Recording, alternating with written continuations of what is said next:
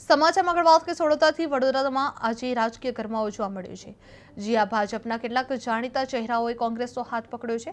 પૂર્વ નગરસેવક આશિષ જોશી, પૂર્વ ધારાસભ્ય મધુ શ્રીવાસ્તવની દીકરી દીપા શ્રીવાસ્તવ, સામાજિક કાર્યકર સેજલ વ્યાસ સહિત અનેક આગેવાનો અમિત ચાવડા અને તુષાર ચૌધરીની હાજરીમાં કોંગ્રેસ જોડાયા છે। જે આશિષ જોશીએ હરણી બોર્ડકાર્ડ મુદ્દે ભાજપે સાથ ન આપવાનો આક્ષેપ કર્યો છે। જે રાહુલ ગાંધીની મુલાકાત બાદ સ્થાનિક રાજકારણમાં વધુ ગરમાયું છે અને મનપા ચૂંટણી પહેલા કોંગ્રેસને આ જોડાણથી મોટો રાજકીય બળ મળ્યો હોવાનું પણ માનવામાં આવી રહ્યું છે। વડોદરામાં રાજકારણ ગરમાયેલું જોવા મળ્યું છે। જે ભાજપના નેતાઓ કોંગ્રેસમાં જોડાયા છે।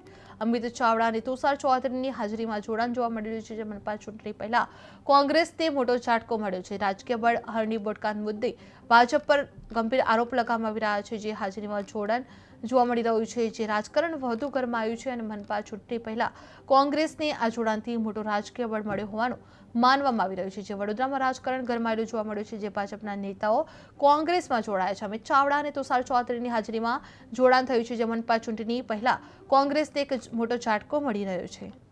લોકોની સેવા કરવા આવી છું અને જેમ કહેવાય ને મોરના ઈંડાને ચિતરવાની જરૂર ના હોય એમ મારા કાકા શ્રી બદ્ધુભાઈ શ્રીવાસ્તવ અને મારા બાપા મધુભાઈ શ્રીવાસ્તવ એમની છત્રછાયામાં જ મોટી થઈ છું।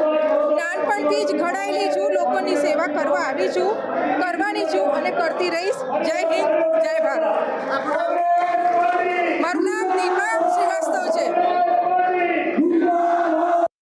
પાર્ટીમાં એટલા માટે જોડાયો છું કે જ્યારે ભારતીય જનતા પાર્ટીએ મને સસ્પેન્ડ કર્યો ત્યારે સસ્પેન્શન લેટરમાં લખ્યું છે કે હરણી બોર્ડકાંડ પીડિત પરિવારને વળતર આપવા બદલ કોંગ્રેસની આવેલી 25 લાખની દરખાસ્તમાં આપે અનુમોદન આપ્યું, એની પાર્ટીએ ગંભીર નોંધ લીધી। જ્યારે હું કહીશ કે માનવતાની દરખાસ્તમાં મેં અનુમોદન આપ્યું છે અને એ બદલ જો તમે મને સસ્પેન્ડ કરતા હોય અને કોંગ્રેસ પાર્ટી આજે આ પીડિત પરિવારો સાથે રહેતી હોય તો હું પહેલા દિવસથી વળતર માટે લડત ચલાવું છું, શહેરના નાગરિકો માટે લડત ચલાવું છું।